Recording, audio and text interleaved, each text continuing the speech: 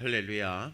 아멘. 오늘 데살로니가 전서 5장 25절부터 28절까지의 말씀입니다.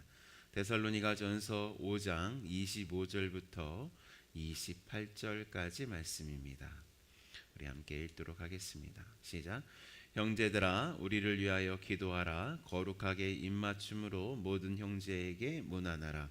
내가 주를 힘입어 너희를 명하노니 모든 형제에게 이 편지를 읽어주라. 우리 주 예수 그리스도의 은혜가 너희에게 있을지어다. 아멘. 이제 데살로니가 전서가 오늘 말씀으로 이제 마무리되고 있습니다. 사도 바울은 오늘 말씀 직전에 자신이 데살로니가 교회 성도들을 위한 중보 기도를 해왔던 것을 적었습니다. 그렇죠?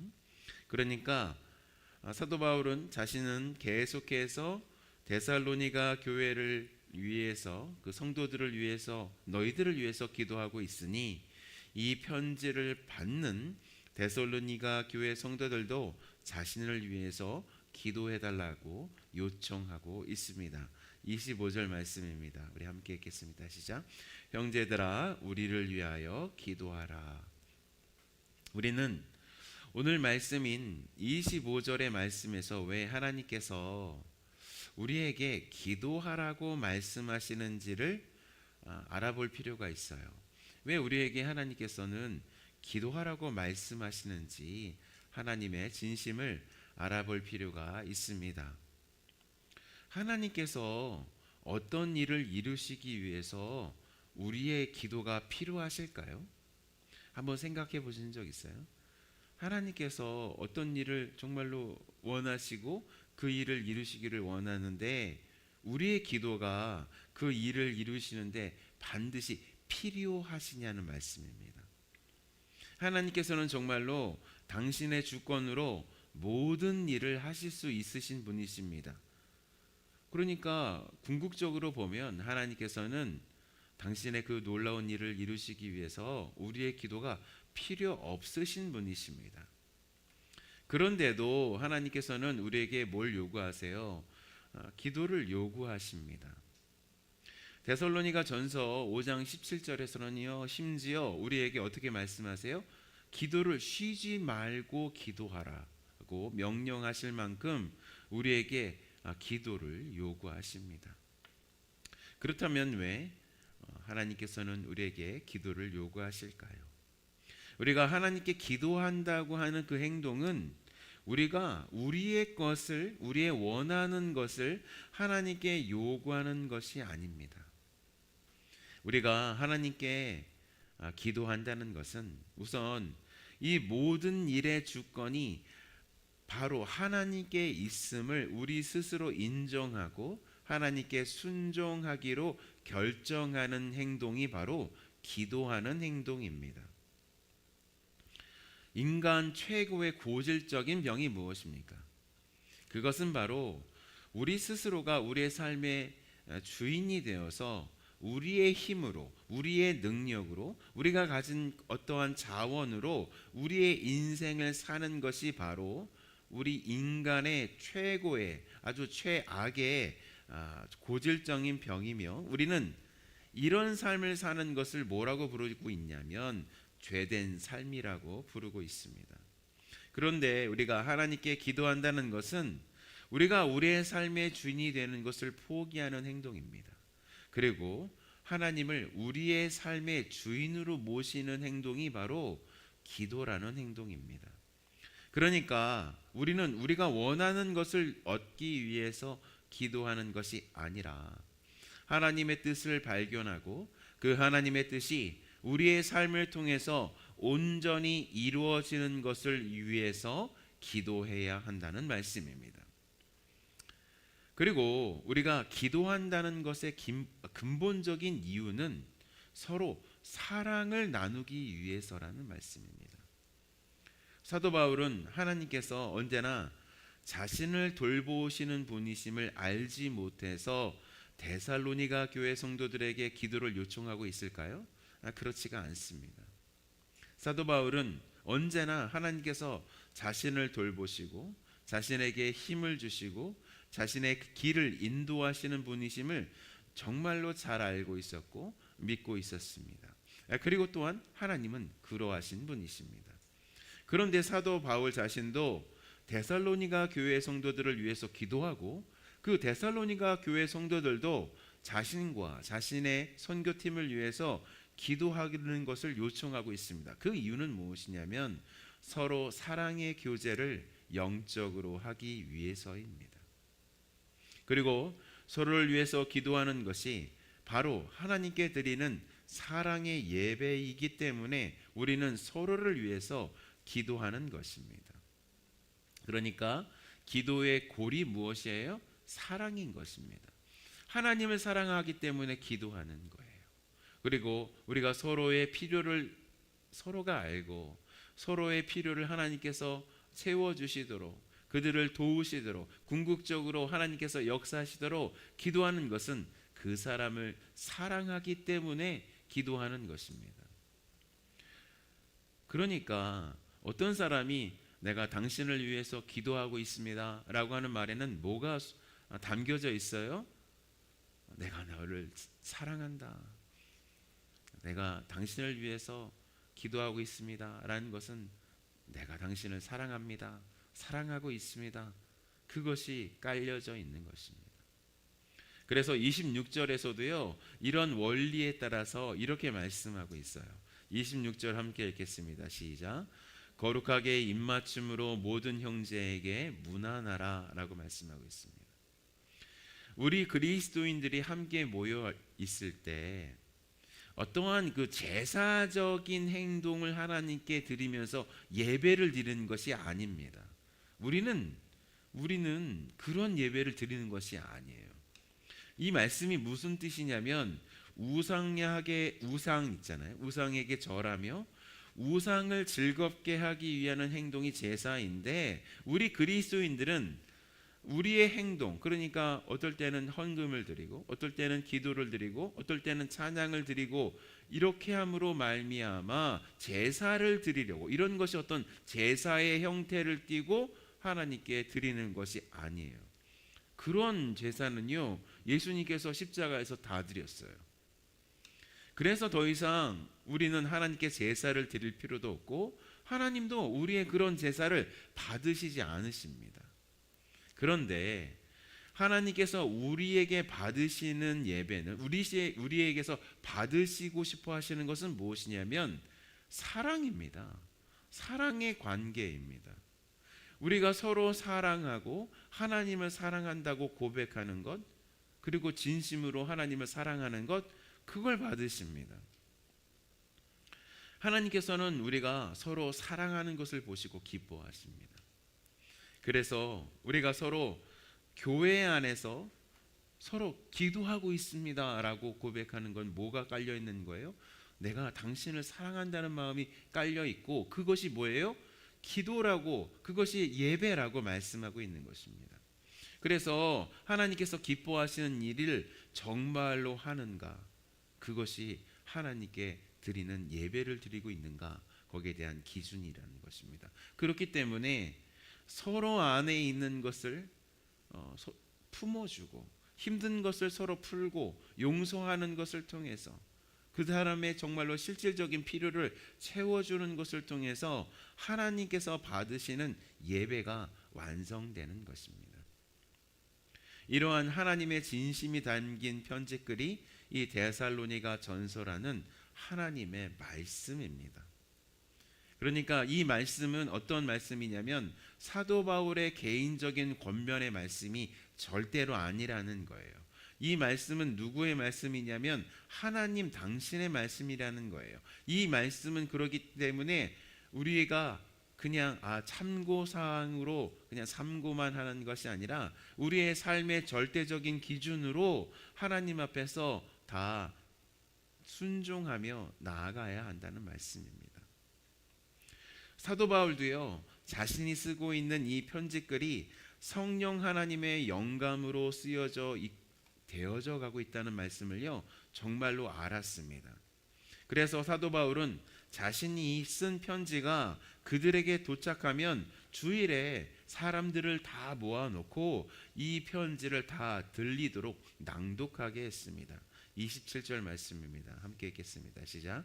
내가 주를 힘입어 너희를 명하노니 모든 형제에게 이 편지를 읽어주라. 이것은 사도 바울이 스스로 자신을 높이려고 한 명령이에요? 절대로 그렇지 않습니다. 그것은 성령 하나님께서 그에게, 사도 바울에게 명령하셨기 때문에 이 편지 글을 쓴 것이고, 성령 하나님의 인도하심 그대로 쓴 것이고, 성령 하나님의 명령대로 그들 모두가 이 편지를 다 읽고 그 편지 글을 낭독하는 것을 들었어야 했습니다. 그리고 데살로니가 교회 성도들은 사도 바울을 통해서 성령 하나님께서 명령하신 것에 순종했습니다.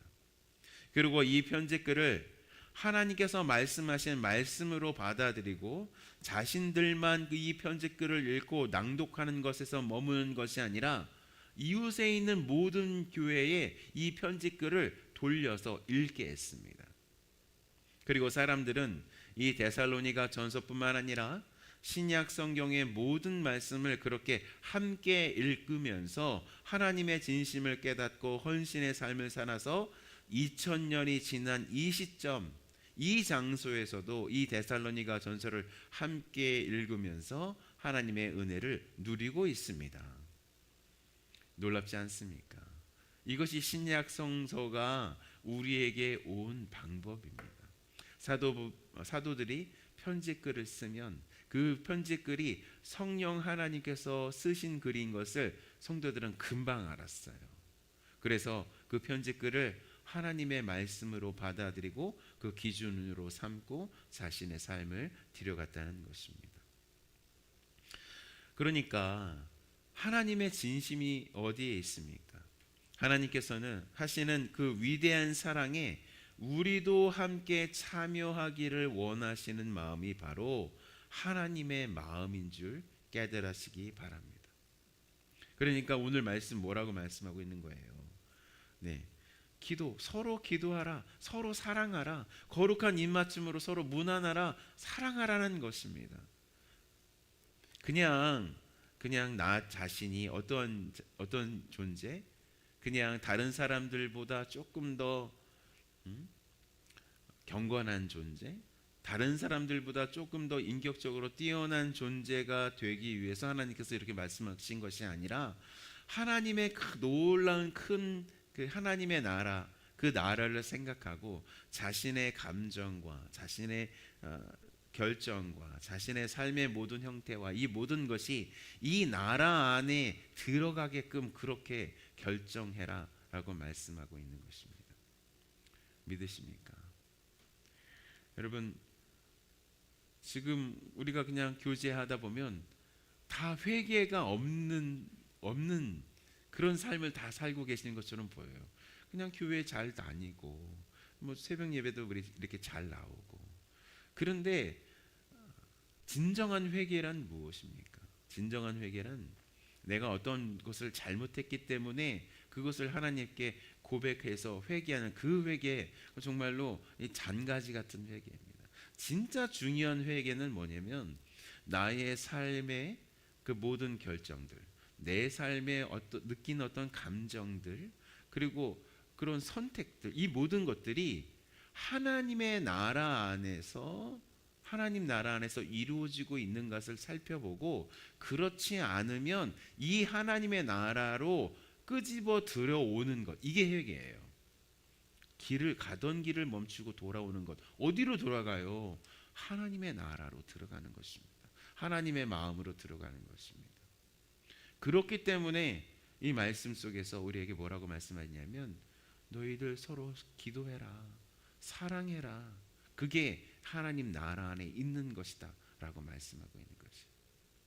너희들 전도해라, 그것이 하나님 나라 안에 있는 것이다.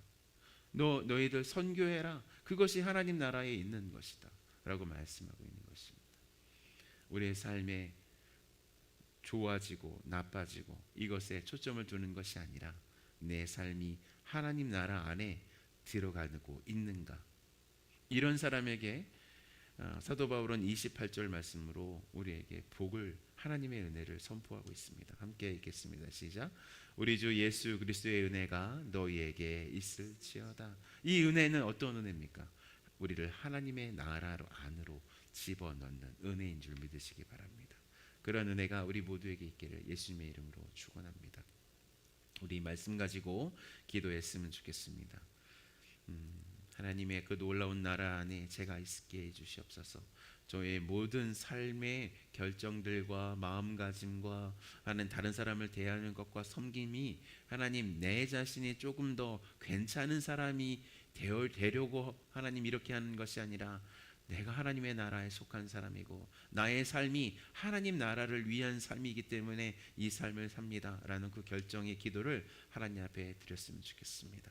함께 기도하시겠습니다. 하나님 아버지 감사합니다.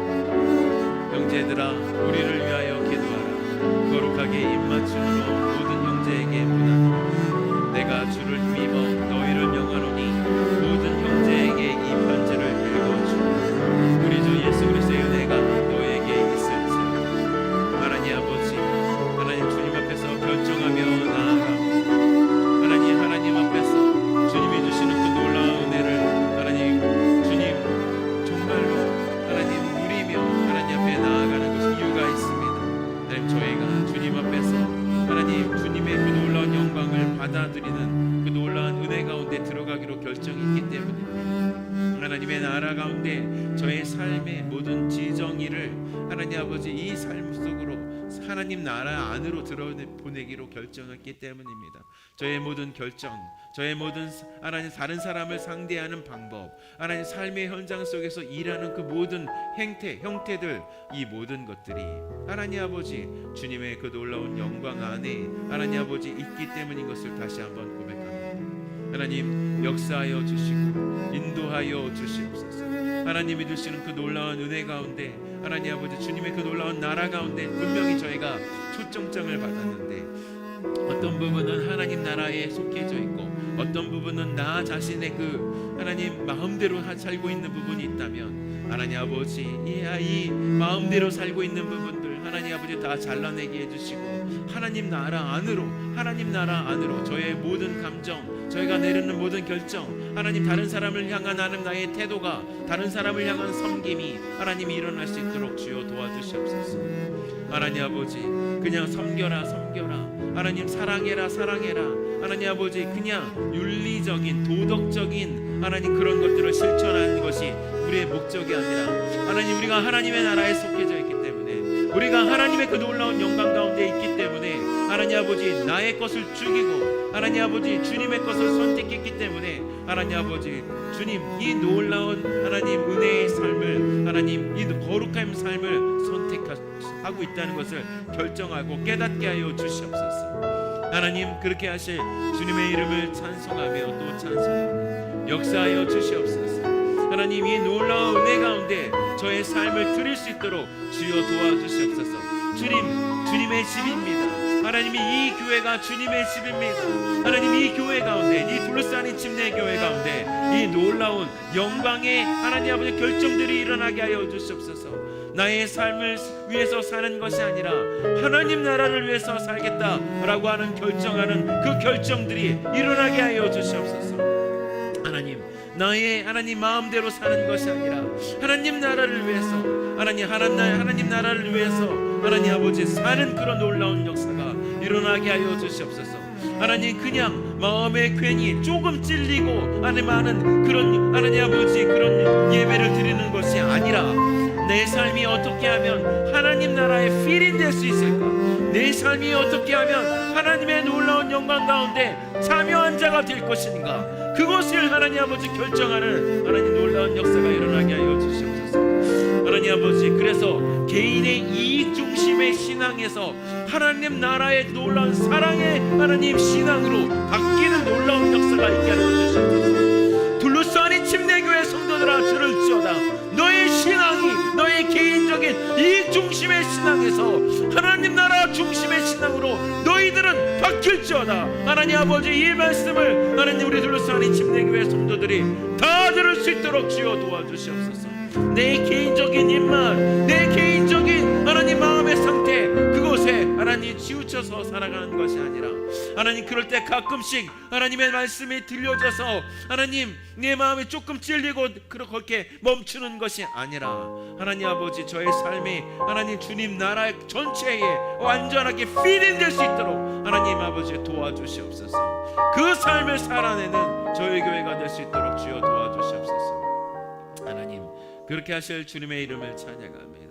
하나님 우리 나의 주님이신 예수님 얼마나 멋지신 일을 하셨습니까? 당신의 권능으로 하나님 이 모든 우주를 손짓 한 번으로 다 없애버리시고 새로 시작하실 수도 있으셨는데 하나님 아담이 범죄하자마자 하나님 당신께서 결정하셔서 우리와 같은 인간이 되시고 하나님 우리와 같은 혹독한 하나님 그런 조건 속에서 하나님에게 100% 순종하고 십자가에서 못 박혀 돌아가심으로 말미암아 사단의 모든 하나님 그 거역을 꺾으시고 우리를 구원하신 우리 예수님, 하나님 예수님 높임을 받으시옵소서. 이 둘러싸인 침례교회 가운데 높임을 받으시옵소서. 하나님 그런 교회 될 수 있도록 주여 도와주시옵소서. 하나님 6월 26일이 그런 날이 되게 하여 주시옵소서. 그렇게 하나님 복음 안으로 주님의 놀라운 진심 안으로 들어가는 날, 하나님의 놀라운 영광 가운데 사는 날 될 수 있도록 주여 도와주시옵소서. 그렇게 하실 주님의 이름을 찬양합니다. 우리 주 예수 그리스도의 이름으로 간절히 기도했습니다. 아멘, 아멘, 아멘.